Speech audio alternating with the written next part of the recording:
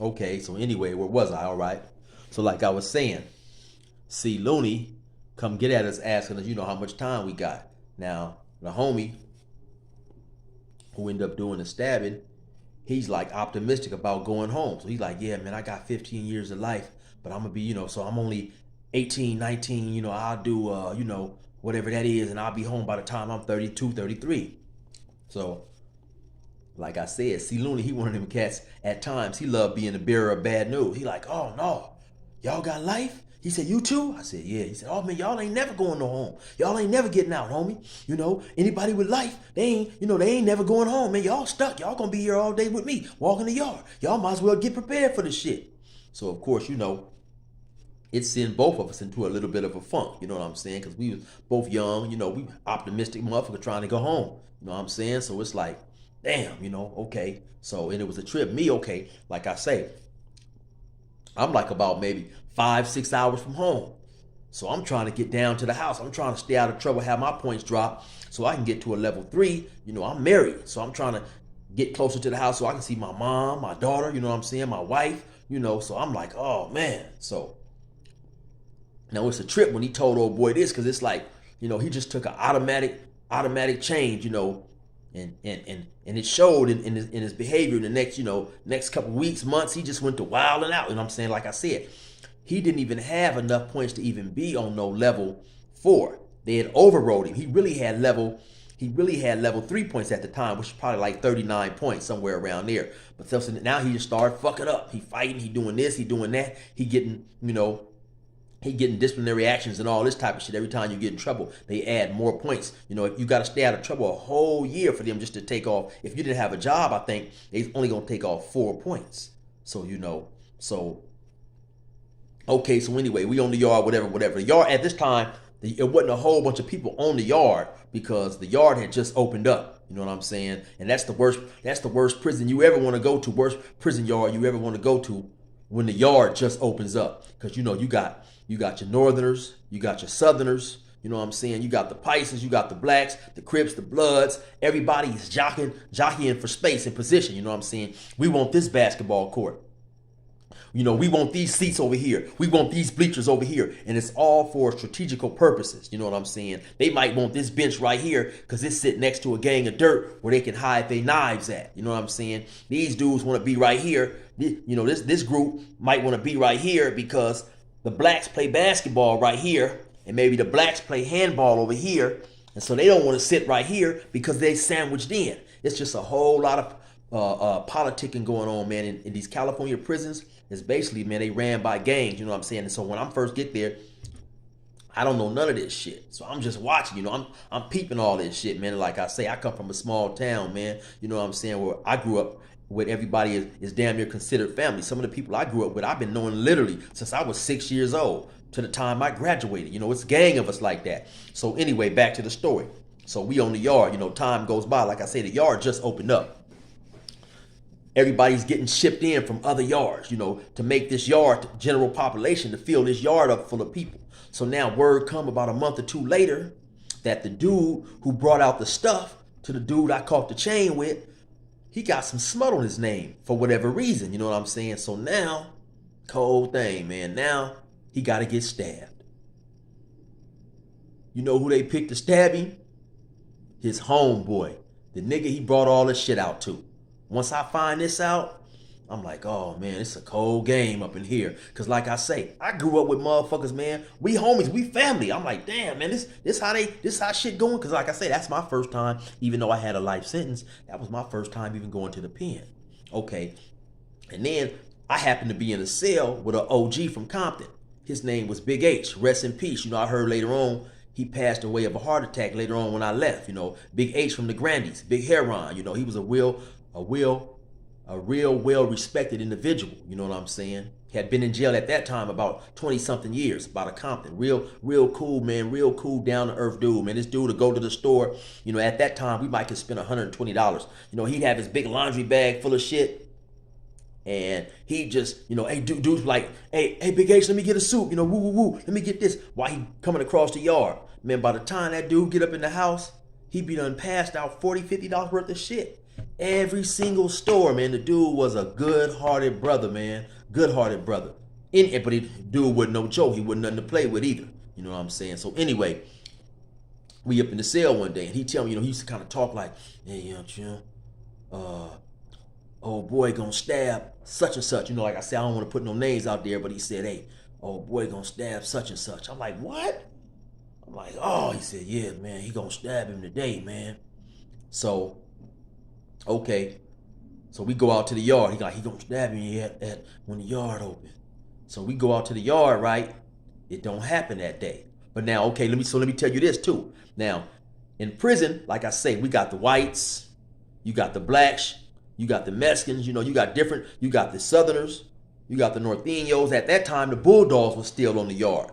They had just started getting into it, and whatever their little conflict was. So, and also you got the Paisas, which are Mexicans from across the border. They call them Paisas. So, okay, so now what it is normally is, okay, so somebody, that's up in the upper echelons of the gangs with the blacks or whatever, out of respect, you gonna let the other races know, hey man, listen, we got some shit we gotta handle today. So when you see a scuffle or whatever over here going on, it's our folks. And that's done so it won't be no mistakes. You don't want no Mexicans or whatever. They happen to look over there, not knowing who's involved, run over there, and another issue get bigger than it is. Because see, in California prisons, one race, if you black, you can't put your hands on no white boy without it turning into a race war, and vice versa. You know what I'm saying? If you got a problem with another race, you go talk to that person. You go talk to that person who's running, who's speaking for that race or whatever, and then they'll deal with that issue. You know what I'm saying? So in the event two motherfuckers from different races get into it and fight, the whole yard just go up, right? It's right then and there. They'll deal with whatever, who was wrong and who was wrong later on. But right now, no race allow another race to put their hands on them for the most part. So that's why, out of respect, you go let these other races know, so they won't, they know to be on point, to be out of the way, you know what I'm saying? And when this shit go down, just to kick on back. So this is how it spreads to the whole yard. Everybody know, except for the individual that's getting ready to get stabbed. So like I say, once again, he don't stab him that first day. So the next day he said, yeah, man, he finna to stab him today. Now, just so happened, that day was the day that they was running the canteen. I know a lot of motherfuckers from the East Coast, different penitentiaries, they call the shit commissary. Out here, California, we call the shit canteen. So they was going to canteen. So, okay. So now let me go back to this too. The day before, when he was originally supposed to stab him, I happened to see them dudes at the water fountain. Both of them, like I said, they homies, they from the same hood. And every time, this was a level 4 180. So back then, every time you go to the water fountain, you go with at least one or two of your homies to keep usalama on you. Usalama is Swahili. It's security. You know what I'm saying? Because while you out here using the bathroom, you got your homie at your back, posted up, making sure don't nothing come and happen to you. He's standing there, you know what I'm saying? He on point, you know what I'm saying? Of course, he got the thing on him, the bammer, the knife, the kisu, whatever you call it, you know what I'm saying? Because that's how I was out there, man. You gotta have them knives, man. Shit was real out there, homie. You know what I'm saying? You motherfuckers coming out there, man, with knives. I mean, so motherfucking long. You see the motherfucker sharp, have a motherfucker scared, man, because it's real in the field. So I see him laughing and giggling at the water fountain. Both of them. I'm thinking to myself, man, this is some cold shit, homie. This nigga know he getting ready to stab this other brother right here. And they laughing and giggling like ain't nothing of this going on. Because the brother that's getting ready to get stabbed, he don't know. So like I say, fast forward to the day he gets stabbed. The next day, I come up out of canteen with my bag. Now it's a dude up there. I forget his name, man. It might have been Chicago, but he's doing the 3-card Monty with the cards. This is his thing. This is his hustle. Every time somebody get ready to go to the store, he's that's his hustle, man. Pick the right card. You bet $5. Okay, give me $5. You can pay in anything.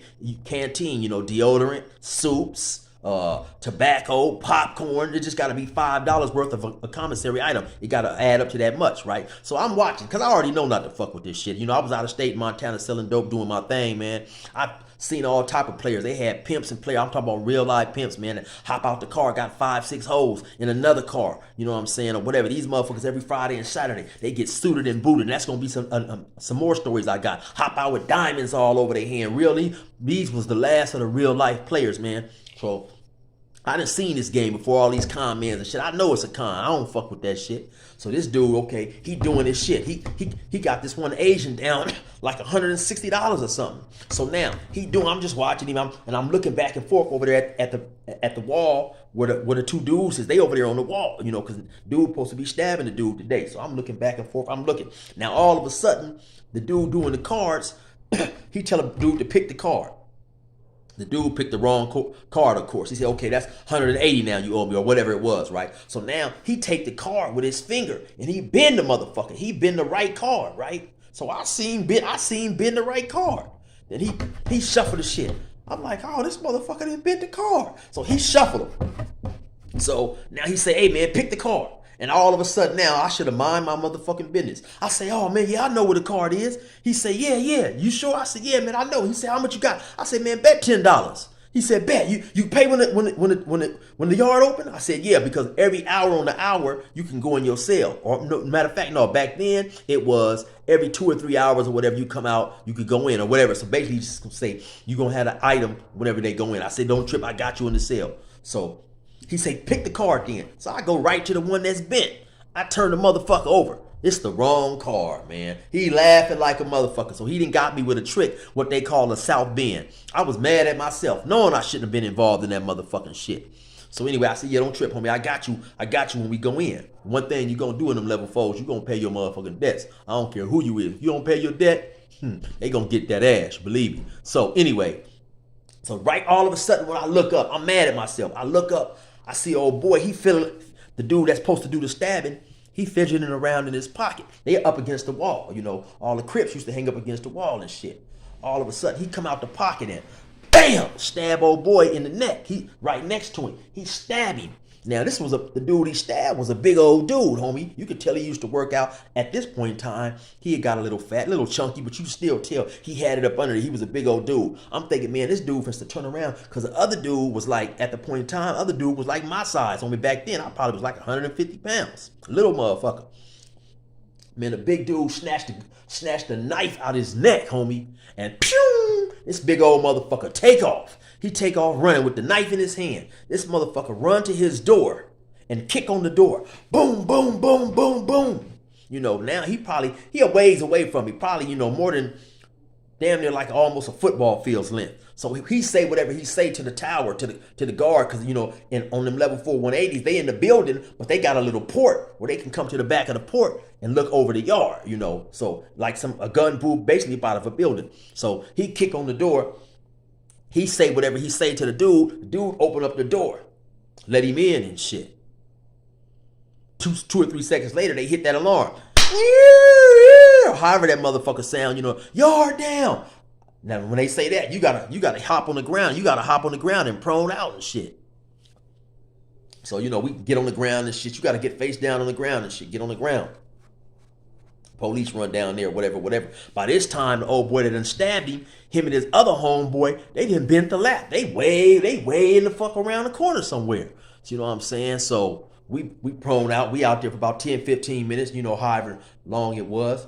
Then they got the little like ambulance, it's basically like a golf cart with some, you know, some nurses on the motherfucker. They come down there with the little golf cart on the stretcher or whatever, and then they load old boy up, bring him about the building. And that's when I look, I say, man, this motherfucker is serious. Because when I first got to the pen, right, even though I was lightweight apprehensive about going to the pen, I really wasn't that scared as I thought I was going to be, because it didn't look like no old-fashioned pen. It didn't have all these bars and shit that I was expecting that you see on the movies. Now, one of them, some shit like that, yeah, I most definitely would have been scared, you know what I'm saying? You got to keep it real. Man, you in there with killers, homie. It's motherfuckers in there, man, that's not playing games, you know what I'm saying? Imagine everybody on the yard down there, motherfuckers, and this is right when that 3 strikes in California started kicking in. So you got dudes on the yard with 75 to life, 45 to life for a stolen lawnmower, 90 to life. You know what I'm saying? I had 16 years plus a life sentence. You know what I'm saying? You got dudes with sentences, man, that's crazy. So the average motherfucker really don't give a fuck. You know what I'm saying? Mix in all this, you know, all this pride, this ego. Now keep in mind, it's still later on, it was still a gang of busters up there, you know, because a lot of dudes really is just faking the funk, man. You know what I'm saying? They trying to fit in. And a lot of them dudes will get exposed later on, you know what I'm saying, from point in time. So So anyway, so once they bring old boy out laid out on the stretcher, he laid out on the stretcher. They driving past me. I said, oh man, yeah, this some real shit right here, man. This some cold shit. Cause like I say, the whole yard knows it. And you can feel the tension. Everybody except for that person that's about to get stabbed, because he don't realize his ass is on the line. You know what I'm saying? He walking around doing, he doing what he normally do. But it's like the whole yard know. And of course, who getting ready to get stabbed, that gets out. Motherfuckers looking at you, you know what I'm saying? You may not notice it because you don't know the shit is coming. But yeah, it's a cold situation, man. You know what I'm saying? And so that's my little story on that right there, man. Like I say, when you getting ready to get stabbed, and I done seen it numerous times after that. When somebody is getting ready to get stabbed or get their ass whooped or whatever, everybody knows. Like I say, due to that situation, out of respect, people will come let you know, hey man, we got a situation we got to handle within our own race, and giving everybody the courtesy to let them know. You know what I'm saying? So. Yeah, that's how it is, man. It's cold in the field, you know what I'm saying? Old boy, from what I heard, he got stabbed. He ended up living. But then, of course, he had to go to a PC yard, which is protective custody. You know what I'm saying? Because whatever infraction that he done, this spreads, it spreads. So he couldn't go to no other yard, or else he going to get the same treatment. You know what I'm saying? So that's my story, man. Hey, I hope y'all like it. Stay tuned in, man. Subscribe, hit that bell for notification bell. You know what I'm saying? Fuck with your boy, man. 16 to life. I got music coming soon, man.